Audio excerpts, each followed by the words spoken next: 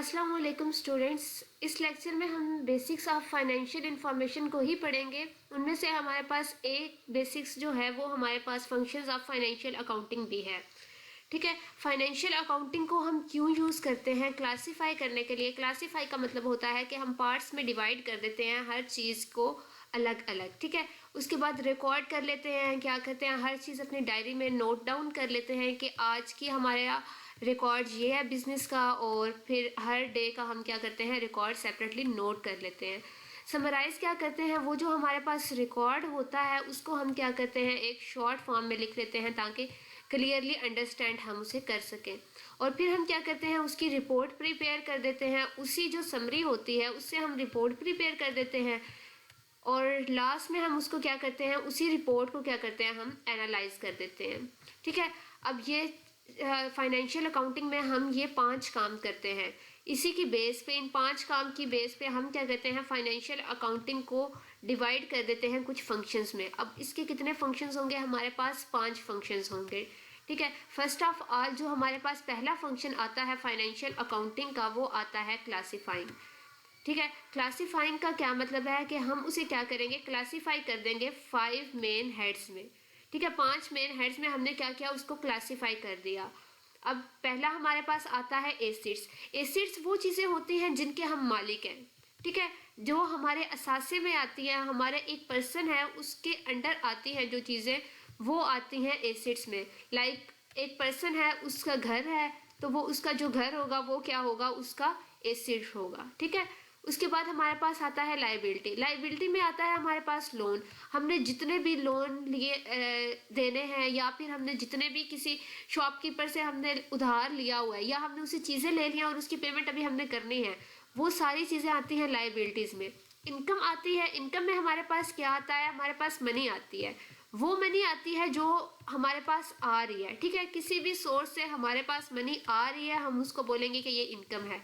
Expense हमारे पास क्या होता है कि मनी का हमारे पास से जाना। ठीक है, जो हम खर्च करते हैं। जब भी हम मनी को खर्च करेंगे या मनी हमारे बिजनेस से किसी और तरफ जाएगी, तो हम उसे बोलेंगे कि ये हमारे एक्सपेंसेस में आ रहे हैं।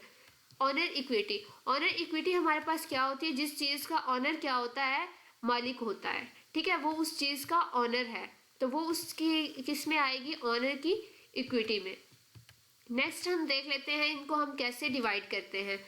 ठीक है, एसिड्स में अब हमारे पास आ जाती है लैंड, आ जाती है बिल्डिंग, आ जाती है। ये सारी चीज़ें क्या हैं, जिनका वो मालिक है। ठीक है, मशीनरी का भी वो मालिक है, उसके अंडर है वो। ठीक है, फर्नीचर पे भी, और ये सारी जितने भी चीज़ें हैं ना, कैश बैलेंस और बैंक बैलेंस। अब उसके पास कितनी कैश है या कितने उसके पास बैंक है। रिसीवेबल का मतलब क्या है कि उसने किसी को लोन दिया हुआ है, वो उसने अब लेना है, या उसने किसी को चीज़ें दी हुई हैं अपनी कंपनी की और उसने उससे उसकी पेमेंट लेनी है। तो ये सारी चीज़ें क्या आएंगी, रिसीवेबल में। स्टॉक में वो चीज़ें आ जाती हैं जो ऑलरेडी उसकी कंपनी में ज़ख़ीरा होती हैं। और फिर हमारे पास एक्सपेंसेस आ जाते हैं। एक्सपेंसेस हमारे पास क्या है, पहले लाइबिलिटी कर लेते हैं सीक्वेंस से। लाइबिलिटी में हमारे पास क्या आ जाता है, बैंक का लोन है हमारे पास, बैंक का ओवरड्राफ्ट है, क्रेडिटर है, पेएबल है।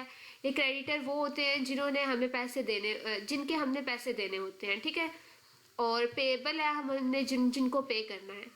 उसके अलावा इनकम आ जाती है। इनकम हमारे पास पैसे का आना है हमारी तरफ, तो वो कहाँ से आ रहे हैं, हमारे पास सेल्स हम कर रहे हैं। ठीक है, तो इन रिटर्न हमको पैसे मिल रहे हैं, वो आएगा इनकम्स में। सर्विस फी है, हम चार्ज कर रहे हैं, तो वो भी हमारे पास क्या आएगी, इनकम में आएगी, हमें मिल रही है।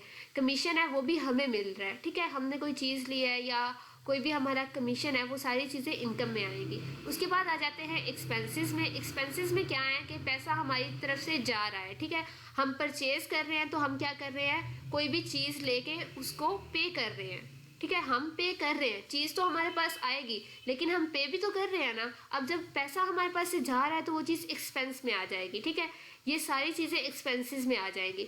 स्टेशनरी क्या है, हम अपने बिजनेस के लिए या अपनी कंपनी के लिए कोई भी टाइपराइटर खरीद रहे हैं या फिर पेपर्स खरीद रहे हैं, वो सारी चीज़ें स्टेशनरी में आ जाएंगी।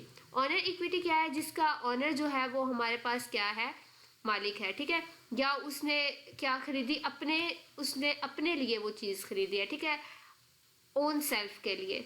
जैसे ड्राइंग है, अपने लिए वो ले रहा है, अब प्रॉफिट हो रहा है, वो उसको हो रहा है, तो ये सारी चीज़ें हमारे पास क्या आ जाएंगी, ऑनर की इक्विटी में आ जाएंगे। ठीक है, सेकंड हमारे पास फंक्शन जो आएगा वो आएगा हमारे पास रिकॉर्ड।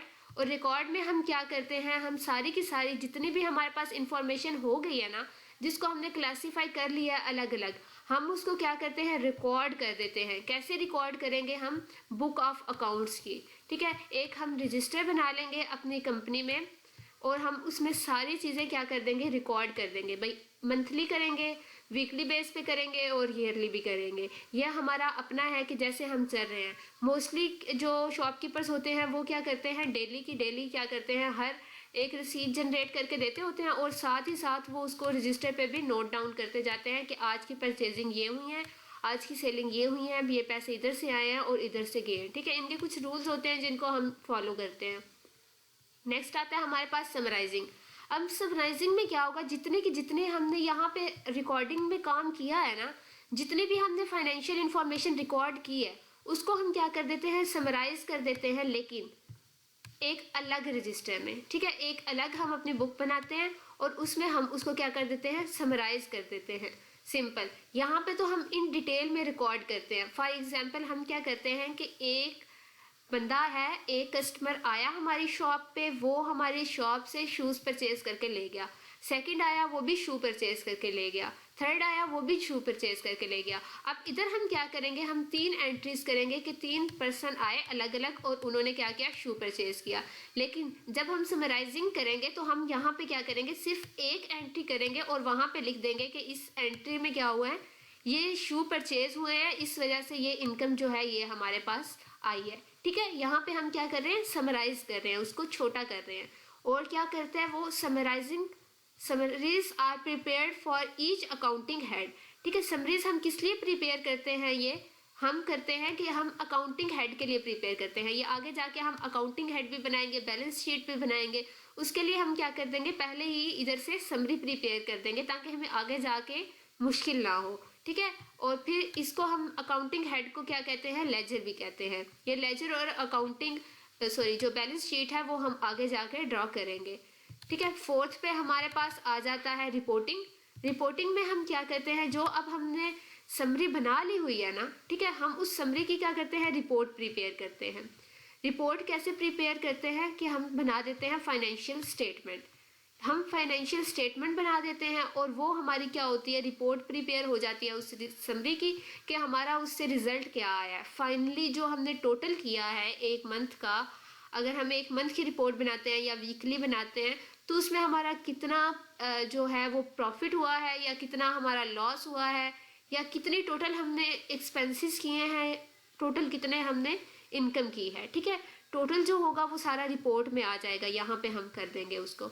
और फिर एनालाइज कर देते हैं। एनालाइजिंग में हम क्या कर देंगे, जो भी हमारे पास रिपोर्ट आई है उसको हम एनालाइज कर देंगे। किस लिए, डिसीजन मेकिंग के लिए, कि मतलब इतनी अब हमारी इनकम ये जा रही है और हमारे एक्सपेंसेस यहाँ पे जा रहे हैं। इसकी बेस पे हम डिसाइड करेंगे कि हमने अपनी कंपनी के लिए या अपने बिजनेस के लिए क्या डिसीजन लेना है। ठीक है, इसको हम क्या कहते हैं कि हम इसको क्या कर रहे हैं, एनालाइज कर रहे हैं। आज का आपका जो लेक्चर था वो यहाँ पे ख़त्म होता है। नेक्स्ट लेक्चर के लिए आप चैनल को सब्सक्राइब कर लें और बेल आइकन भी प्रेस कर लें ताकि आपको टाइमली जो है लेक्चर मिलता रहे। और अगर आपको लेक्चर अच्छा लगा है, मेथड इजी लगा है, तो कमेंट बॉक्स में थैंक यू भी बोल दें और वीडियो को लाइक भी कर दें। अगर आपका कोई क्वेश्चन है तो वो भी आप कमेंट बॉक्स में इजीली पूछ सकते हैं। Thank you very much.